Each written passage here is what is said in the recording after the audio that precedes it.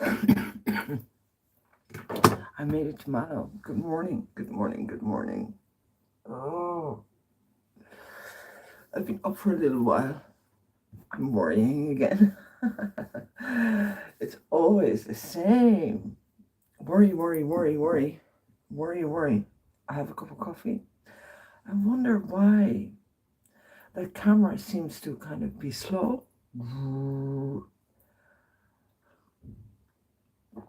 Maybe that is because I should use the other camera, but if I use the other camera on the other side, then I can't see what you can see. So that's not good either. I don't know. So I just have to do it with this. They told me the camera on this one was really good. I always get a new phone before I leave. First pilgrimage, I had no smartphone. I remember who was saying it to me at the time. I was getting messages that I should record videos and make a video diary. Was it somebody in West Cork anyway? And somebody was texting me things about how to do it, and I'm going like, I have no smartphone. So it was just I most of it wasn't recorded, and then I lost that computer, the hard drive of the computer that I had put all the photographs on. And the second journey, I did have a smartphone. I have the feeling that the video was much better, actually. Bizarre, because that shouldn't be the case. Anyway, good morning, good morning, good morning, good morning. I'm in Mallow. So yesterday I was in Wien. I woke up in Wien in the sacristy, and I went into the church, and I had a little cry, because I do a lot of crying, and I don't know what it is with me and the crying. Like I cry a lot anyway, but yeah, this time, maybe it's because I'm older. Maybe it's because it's the trendy thing to be, right? Menopausal. I don't know if I'm menopausal or not. Like, I'm not sure it's a subject I want to talk about. But I cry. I cry. So I went into the church, and I had a little cry. And with the big man above and myself, we had a bit of the big man or the big men or the big girls and men or the whatever. I like the idea of God actually be a woman. You know, this idea of that creation is created by women. But I know that seems to all be very contentious nowadays. And you know, traditionally God is a guy, and where we come from. So, but I was in there, and it was really quiet. And I'm used to sleeping on the floor. Like I don't mind sleeping on the floor, but I'm so emotional. And I'm wondering whether I should stay as long in Ireland as I am at the moment, because my progress is really slow. I'm coming up to Fermoy now in 2 days, and Fermoy from the start was a place where I was going to go to and see people that I had met on my first pilgrimage, because I came through Fermoy over. How did I walk at the time? I walked over. Actually, I walked parallel. I walked over the old N8. Is it N7? I think it is. I walked from Carrigaline to Fermoy. I remember my brother, like I was in Carrigaline, and my brother said to me, I was sitting in the playground. He said, "Just take the most direct route, because you want to get out of here." And I did, and I so regretted it afterwards, because it's hard walking on big roads. And this time, of course, like here we are. Yesterday was day 13. I was really worried. For some reason, I'm also becoming really superstitious. I was worried that I'd have bad luck. And I was over, yesterday was all small roads. It was lovely. Actually, it was lovely. But to start with the start. So, I arrived in Bree. And I'd gone into the pub and asked for a cup of tea, and I still have the chocolate actually that he gave me. I never got to eat it yesterday. So, oh, what do I like? Like, I'm Anya. Sean the harp is over there. Can we see him? Sean the harp is over there.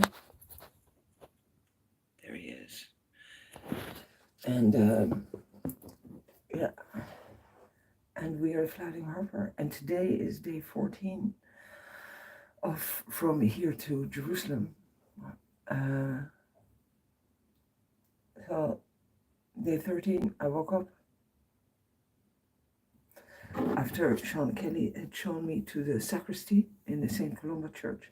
It's a really lovely little church. No, nothing too ostentatious. And what is interesting, like, I don't know for those of you who followed me walking to Rome in 2018, in France, in England, in France, I found that a lot of the churches were closed. Like, a lot of the churches were closed. And I would ask people, who was looking after them, and it was all voluntary. Most of it was voluntary. Like, France is a very Catholic country. Obviously, England isn't. England is a Church of England, and Protestants. Welsh were completely different again. They were like what we would call in the Netherlands Black Sox, very much Old Testament, hardcore. And the church halls there seemed pretty empty as well. Most of it community centers. So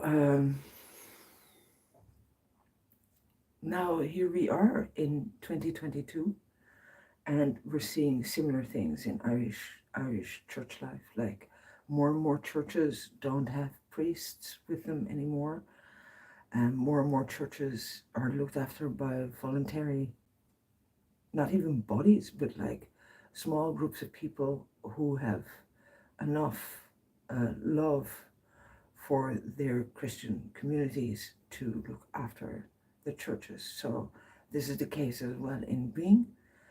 There is it's a small community. I walked into town, and you come by.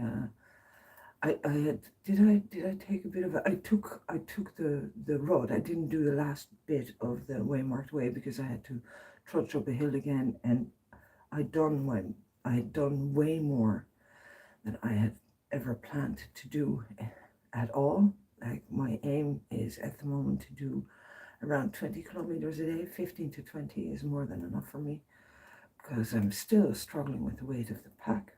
Maybe I'll just keep struggling with it. I kind of like going slow. And I'd send a message to my brother coming out of the hills, out of the Comera, that I wasn't sure I was gonna make it. And he said, "Go on, of course you can. Like, of course you can. You always do. So it'll be grand." And my feet were really sore, and I made it into town, and they showed me to, Sean came to pick me up after I had my cup of tea. I had a long chat with this lady, and he was saying, that he looks after the church. He's got the keys, and but there's only mass once a week, and he now lives in the old priest's house after he stopped farming. Well, he still farms a little bit. Oh, lambs. I'm fascinated by those little lambs. They're just like the cutest little things. And they go like bang, and if they can't find their mom, they just walk onto the road. What is it though with animals and finding roads? Like, they shouldn't really be near the roads at all. So yeah. So I spent a little bit of time in the church, had my little cry, and then got ready for the day. I hadn't packed the rain gear on the harp because I wasn't sure what I was going to do, And Sean and Mary had invited me to come and have breakfast. He called me and he said there was breakfast ready for me. And I walked through the door there, and there is porridge. And then I get a fry up with eggs from the chooks in the backyard. It was really, really, really nice. And I had a good old chat with Mary. She was saying, "Oh my God, like there you are out. Like how do you do it?" I was trying to be all brave. And I go like, "Yeah, I'm not. It's not that I'm afraid of anything, because I'm not afraid of anything. But it's not easy. The whole thing isn't easy." And somehow I was still damp. How is that possible? Like that when you get wet, that it takes like literally 2 days to dry up. So we had a good old natter. I didn't leave before 11. With about 18 kilometers to do. So I was walking from Wien to Mallow. Now the Waymarked road is it's pretty much over roads, like small back roads. And it was lovely. It was actually really lovely. It wasn't too hard, but I used my first compete, because when my feet got wet there on the Mushra, and yeah, some blister that always happens then, blisters between your toes. So I used my first compete, but I only had to compete for the bottom of my feet, which I'm actually going to use on my right foot. So the story with the feet, like there always is going to be a story with the feet, especially when you put 20 kilos on your back. Like the shoes can support your weight, and then you put more weight on it. And I know a good few women who, with enough weight, start to get all kinds of complaints on their feet. So this is me right now, 20 kilos on top of my own weight, and suddenly, you can feel everything. I have that when I go up, so the right foot in my boot is fine, it's no problem. But the left foot, I obviously have too much time to think. The left foot, whenever I go up, it starts cramping in the middle of the toes, and then when I go down, I can feel the top of the toes, which means that there is some kind of movement. So I have to lace the boots differently on each side. The right hand side, the bone. I'll show you this bone here gets sore if I pull it too tight, and on the other foot, the ball of the foot where I had the corn before I left, can be kind of sore in those middle toes. So I've wrapped the longest toe in compete, and that seemed to help. But the cramping going up is still there, so there's movement in that boot, and I don't know how to sort it out. So for now, I'm gonna try and really enjoy the flat, because then my speed is okay. Now my average speed is ridiculously low. It is about, in the mucky conditions, it's no more than 2.5 kilometers an hour. And I think that climbing up and down, like I had a good descent there.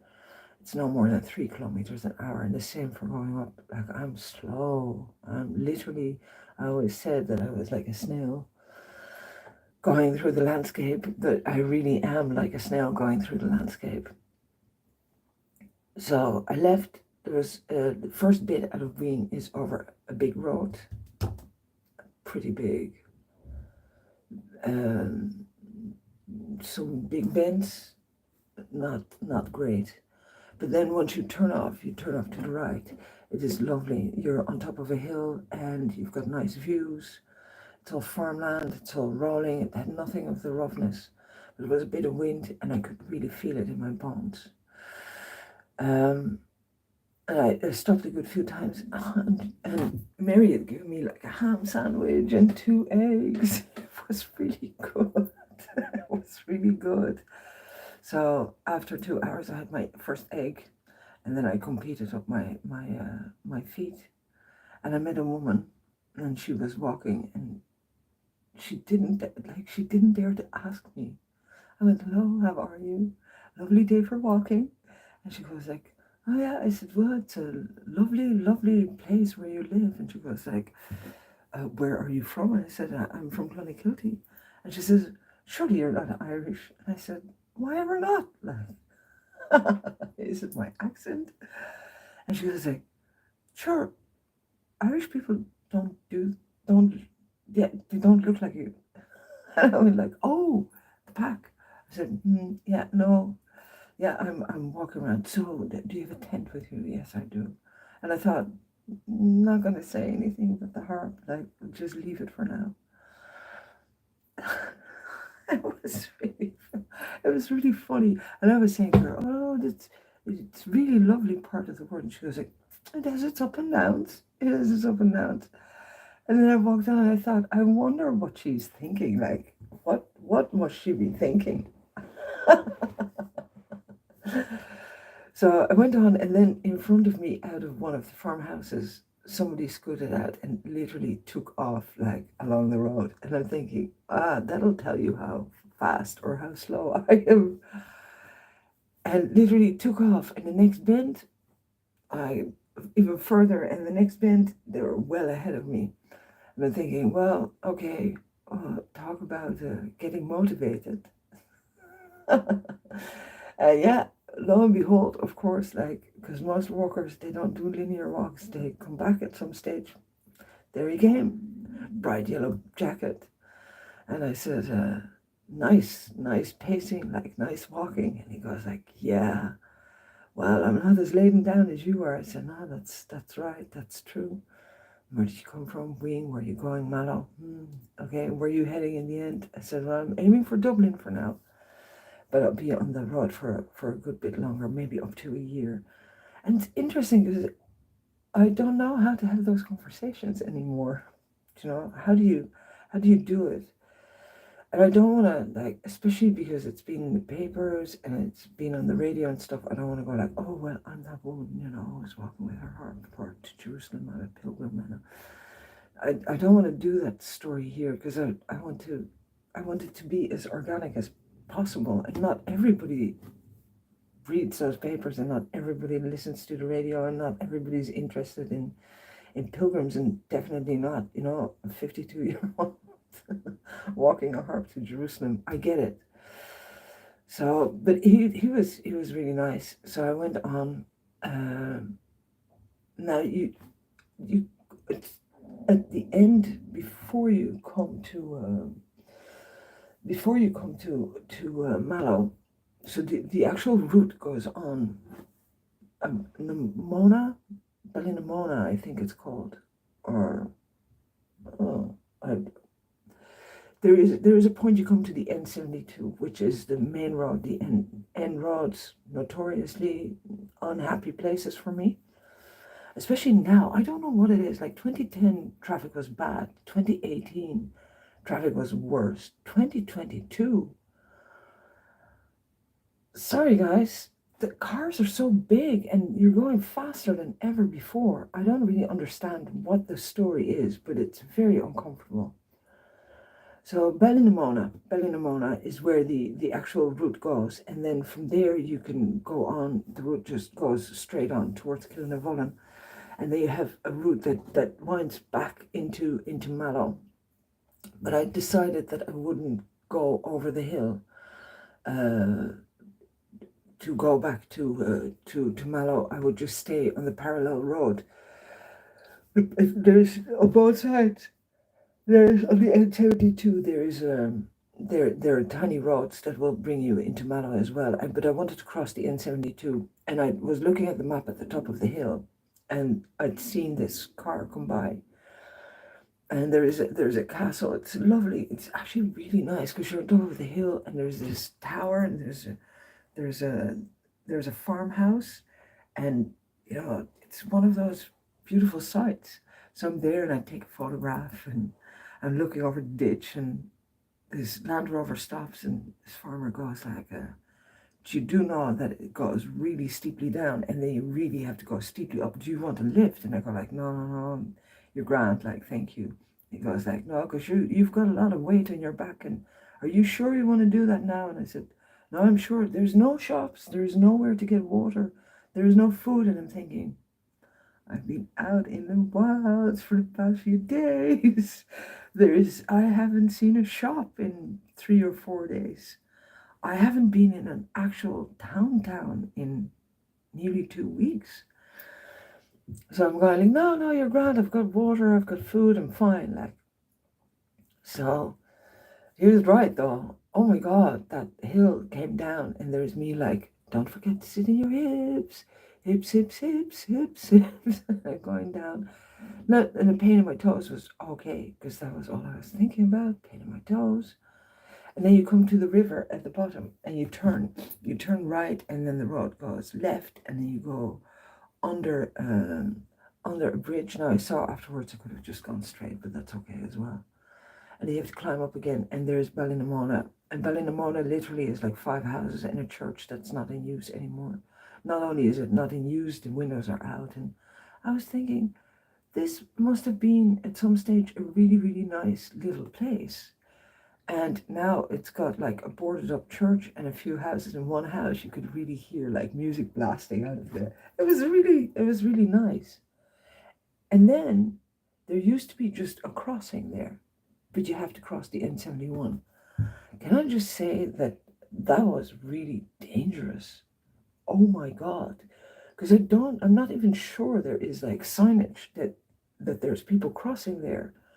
But people are driving 100, 120, like past there. And usually you'd have like all over the N7 and stuff. The M7, you've got like footbridges. Here, nothing. Like you step out of the bushes onto the road and you have to make it across somehow. And there was a lot of traffic, like Holy Thursday. Oh my God. They were coming like one after the other, like in groups of 10, 15, big, heavy traffic, no way to cross. Like you have to wait. I stood there for at least 10 minutes, and there was like bushes on the one side, and if people hadn't their lights on, you couldn't see them coming. I mean, I don't listen to music or anything, but that was dangerous. So I could see the left side of the road. I could see them coming up from there, but I couldn't really see them coming on my side from the right hand side. So I'm looking, and I see the lights, and I think, okay, just be patient, just be patient. And if there's a gap, you could go to the middle. But do I really want to be in the middle of the road with that pack on my back? Like, I'm slow. Finally, I find a gap. I walk, and there is a car, like just like poof, like that, and they're blaring their horn at me. Like, surely, where am I gonna go? Like, there is no road. I have to cross. So there's me going like, it's the crossing for walkers. Like, what am I to do? And lucky for me, I had enough time on the other side. But it was hairy. It was very uncomfortable. I'm thinking, no. So I get across the road, and you turn up there, and I'm thinking, okay, I'm not going to go over that big hill. So I climbed up, and it goes up and down and up and down. Now, can I say something? Irish people who live in Ireland in general, the amount of dumping I have seen, like the amount of rubbish that people just throw out of their cars or stop, and like there is a little monument on that road to somebody who died there, and it's next to a tiny little bridge. And I'm going down, and I'm going like, oh, the blackthorn is out, it's beautiful. And I'm looking at the blackthorn, and then I look at the ground, and there's like literally like half drank bottles, and like baby wipes. Do you know that stuff takes like hundreds of years to break down? Why would you do that? Like, I saw that out in the bogs as well. There's no dumping signs everywhere, yeah? No dumping signs. CCTV there, or so it says. And there is stuff being dumped all over the country. I don't want to be funny. I understand that it costs money to have rubbish, you know, processed and put into dumps. You can't just leave it all over the countryside. Will you ever just stop? Like, stop doing it. It's disgusting. It's really horrible. Don't do it. Don't throw stuff out of your car window. Better leave the car at home. Come walk with me. Like, it's depressing. It's really depressing because I'm standing there admiring, listening to the bird song, and like these birds were singing back to me, and I was whistling at them. They were whistling at me, and I'm standing literally in a tip, like in a tip of rubbish of people who can't be arsed to put it in a bin, or are too lazy, or too nasty to put it away. It's really heartbreaking. It's really heartbreaking. And when you start walking, you see it way more. Like all around Mill Street Park on the outskirts, people just apparently stop their cars and tip whatever they want to get rid of in there. Or maybe Irish government come up with a better strategy. Like, I keep hearing that it's no good having bins and that people are disgusting. But if you know that people are disgusting, then make it really easy for them to get rid of their stuff. Because obviously there's lots of people who don't want to do recycling, don't want to do anything. Help them then, help them. Because it's nasty. It's really nasty. Oh, thank you very much. Thank you. I can't read anything without my glasses. I enjoy doing the updates, yeah? Oh no, okay. Thank you very much though. So yeah. So that's my little rant about rubbish. And then you go up again, you go down again, and then you're in Carlow. Carlow, hear me, Mallow. And as I'm walking in, I realize that Mallow is the biggest town I've been in, I think. Well, Mill Street was big enough, but I think Mallow is bigger. Yeah, Mallow is bigger. And, Mill Street had a pharmacy and butchers and all that kind of stuff. But this is like a proper town. It's a big town. And so, you come through the housing estate and you come up to the river. It was really nice walking in. I had a little song to myself, and there were more birds for singing at me. It was great. And then you come to the river. I crossed the river, and I was sitting on a bench. And there was a bench straight over the river, and I said to Sean the harp, listen, we got to sit down, because there's a bench. I promised myself I would sit on them, and my feet were killing me. So I took off my shoes and put my feet on the bench, and there's me and thank you very much.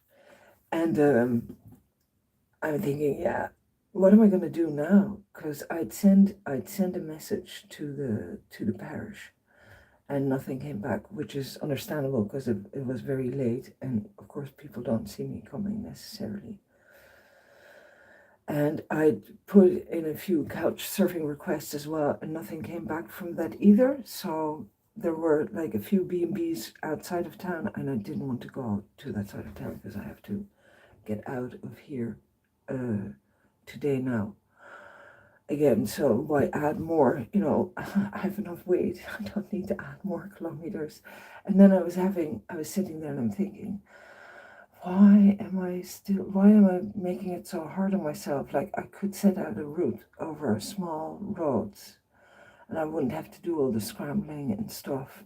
And I thought, okay, I need to go somewhere where I can have time to actually look at routes, and I need food. And suddenly I just got really cold again. I was cold, like I was shivering again. And I'm thinking, oh, okay, so what am I going to do? And yeah, I walked into town. Now, there's a really weird thing going on here. They have like one of those alarm system places. And I noticed walking in is that everywhere these signs, beware, CCTV, monitor 24 hours a day. The whole town is plastered with these things. You'd swear like they're living like with a bunch of criminals all around them. And really odd. Like, why would you have those signs everywhere? If you're going to have CCTV, okay, you have to let people know. But like, warning signs everywhere, like, oh, we're keeping an eye on you and you're all dangerous. I have to say, I don't really like it. makes you feel really really unwelcome. I also saw a sign with beware of the dogs, which is fine as well, guard dogs. People are so scared of things, of everything. And the sign literally said, like, we can make it to the gate in 5 seconds. Can you? And I'm thinking, whoa, what a way to say you're not welcome, like. And then I met a really old gold retriever, like really old retriever. And it was walking just, and I said to the guy walking the retriever, I said, he goes at my speed now, he's about right. I said to the dog, do you want to come to Jerusalem with me? The dog is sitting there looking at me, and he was pulling him away, and I said, no, like, he wants to say hello, like, let him say hello. So he's sniffing me, and then he sat down, and he looked at me, and I said, you do want to come with me, don't you? I said, but I think it's better you go home now. So, yeah. So Mallow. So I walked through to the spa, like into the main street. There's a lot of people here. It was nice. It was traffic busy, like buzzing, and lo and behold, I hear the church bells go. Ah, Holy Thursday. So I walk by the church on the main street, and I think, well, just in time, right? I might as well go to mass then. So I trudge into the church. I trudge into the church, and they're getting ready for mass. It's about 6:30, and yeah, so 20 kilometers, like still 7 hours, yeah, with stopping and starting and doing the compete and having chats and stuff. Still a whole day's work. And I sit down and trying not to get in the way with Sean the harp, and there's more and more people arriving. It was a good, well-filled church.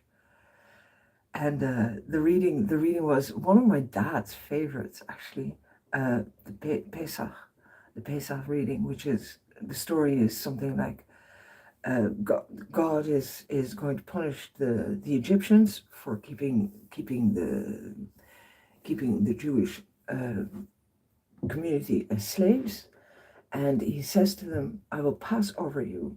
Take a lamb, a male lamb or goat, a year old, slaughter it, and eat the meat roasted over a fire, and put some of the blood on the doorpost, and that way, that when the plague comes, it'll pass over." And that's where the word Passover then comes from. And the second reading was the reading of the washing of the feet, where Christ says to the apostles that he wants to wash their feet, and Peter goes like, no, like, you're not washing my feet, like, you're not washing my feet, like, you're not going to wash other bits of me either, so forget about it. And Christ says about sacrifice. So they're lovely, they're really nice readings, and I actually really like Easter, because I like the idea of, of communal sacrifice and of sacrifice in general, because it makes us better humans. If we are willing to leave little bit of us behind, then if we're willing to give a bit more than we think we have, then in general, society becomes a better place. I think that's just me. So, and as I'm thinking this, and I'm thinking, Pesach and Easter, it's now Easter, because of course then the ultimate sacrifice, the third story, of course, is that of the Last Supper.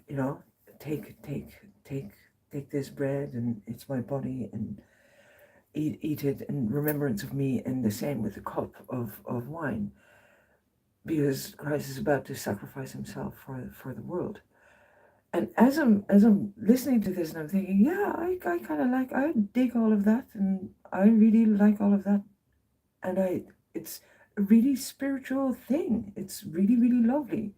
And the moment I'm thinking it, the whole day it was kind of dark, and there was sunshine coming through the windows, and it lit up the church, and I'm thinking, look at that, that's so lovely. So I'm getting all teary again. Then Then this priest goes, he's doing the sermon, and he goes, and let's just be very clear on this, that spirituality is not the way to Christ. It's not the way to Christ. Spirituality, he didn't say it like that, but what he said was spirituality is for flaky people, people who are not of the church. And and the sunshine disappeared again. And I went like, that was really unfortunate, because I thought we were on a roll here. Like, we were on a roll there for a second. And he just jumped me off. And I don't know whether he could see me from all the way from the front, because I was somewhere in the back. And then he went like, I have to teach this woman a lesson about, how we do it. It's the only person we can worship is the Lord. And I'm thinking, and you cannot catch a fly with vinegar. Like, it's just not possible. It doesn't, the Friends of St. James would always say, I've had many a conversation about this on the road with them, that every opportunity for people to find God in whatever shape or form, if you like, or call it the universe, call it whatever you want, any of these opportunities are opportunities of growth. If people go on pilgrimage and they find a little bit of themselves, that's a good thing. Like, the church and the religious communities are there to help people grow and be better people. We cannot all think in the same way, and there are no 100% set ways. But I always forget, Catholic Church and dogma. It was the thing I always struggled with. But it was nice to be there. It was actually nice to sit through it. And I had a bit of a smile. Obviously, I had a bit of a smile about the sunlight. Because I'm thinking, I just follow the road of all these signs, I follow the signs. I know nothing, I didn't study that bit. I studied music. I only know what I was taught when I was a kid. But I like the stories. I love those stories. And I especially love the Easter stories, way more so than Christmas.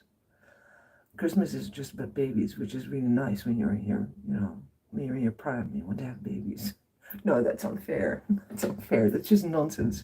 Don't listen to me. So, anyway, I walked out after, and I was really, really, really cold again, and I didn't want to ask anybody, so I booked myself into the hotel here, and I had soup, I had chowder, and I ate a sandwich. I ate all of it, and I had a pint, and then I went upstairs and I just slept. Now this morning, so I got up early and I'm getting ready now to pack the bag again. I've been trying to get stuff out of there. Slowly but surely, I'm letting go of little bits. Like, it's still not enough. It's still not enough. I'm going to try and go to the post office. There's some stuff I want to post back. But every little bit that I let go, is a good thing. Today I'm heading to Kilnavallen. It's another like 16, 17 kilometers, not too much. And then I have to cross the river because I'm going to the sisters in the Nananego place. It makes me really emotional thinking about it. Here we go again. So, yeah.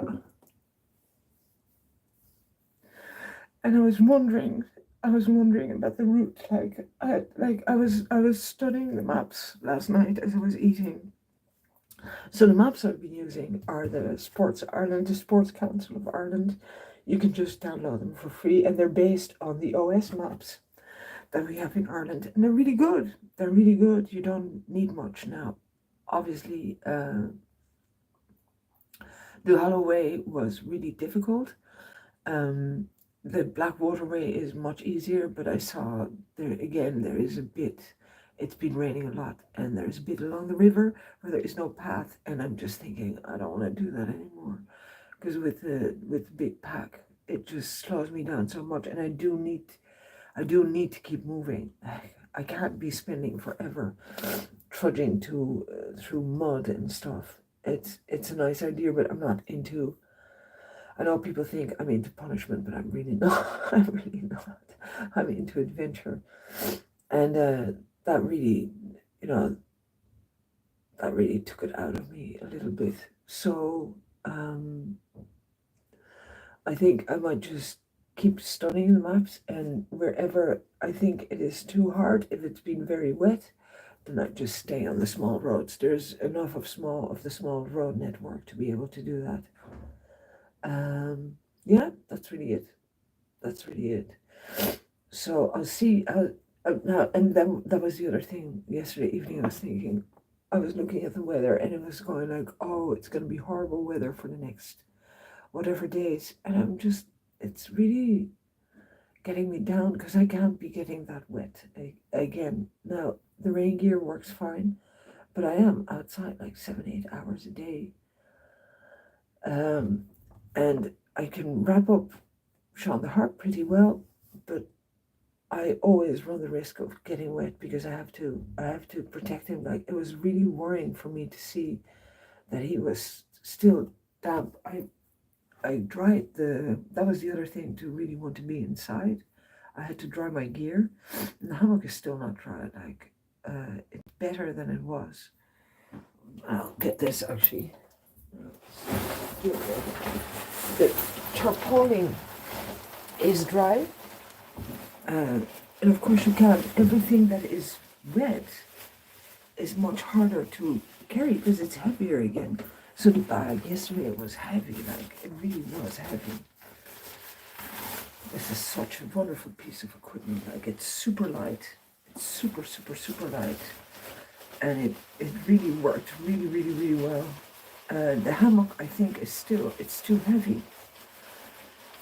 I'm constantly now thinking, what's too heavy? And I haven't used the panels yet, and I'm still carrying them, and they're heavy. So whatever I can get rid of. So I have, it's just a tiny bit still down.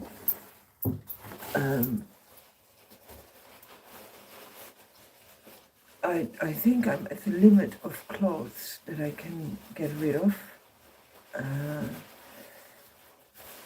Yeah, I'll just have to go through it again. So that's my story for today. So today I'm heading to the sisters, and then after that I have Ballyhooly, I think, and after that Fermoy. Now Fermoy, Ballyhooly, I don't know. Like, I honestly don't know. It's Easter now this weekend, which means it's going to be busy, busy, busy, busy, busy everywhere. I need good weather. I need better weather. But I'll have a chat with Sister Lois tonight and see what she says. I'm going to put just as a... Yeah, and I'll just have to write more community centers and more to just get my head around. Because after Fermoy, I'm heading Ballyporeen. I'll be staying in Ballyporeen with people I know. Now, they're okay whenever I want to come. But Cloheen, I'd say Vincent said something about somebody in Ballyporeen, in Cloheen. And then I have to decide, do I go onto the Declan's way for a little bit? But the way I'm going now, I'm kind of thinking I don't want to add anything extra. I just want to start going. I want to just go. Okay, I've been talking forever again. I started really slow in this chat. I've slept really well. I feel a little bit worried.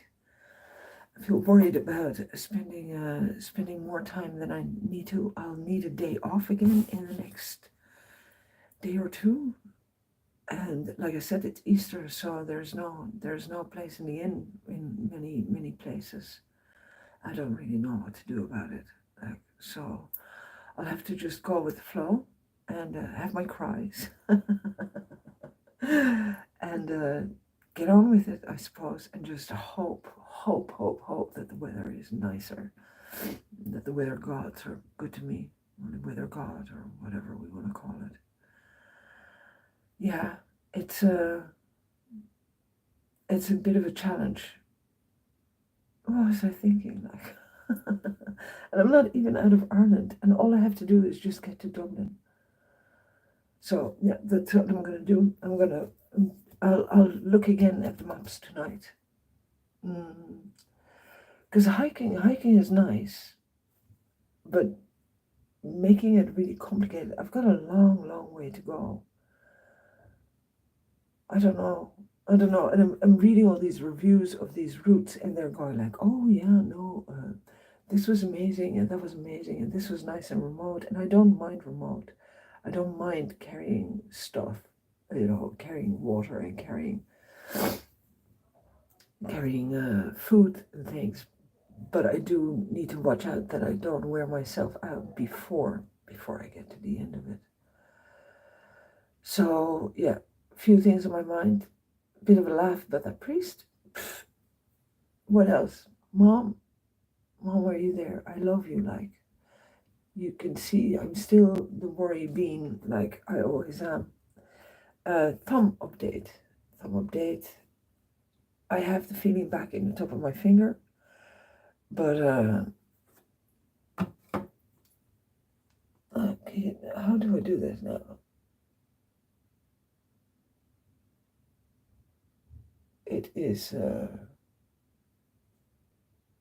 yeah, I can't use it yet. I wish I could, but I can't.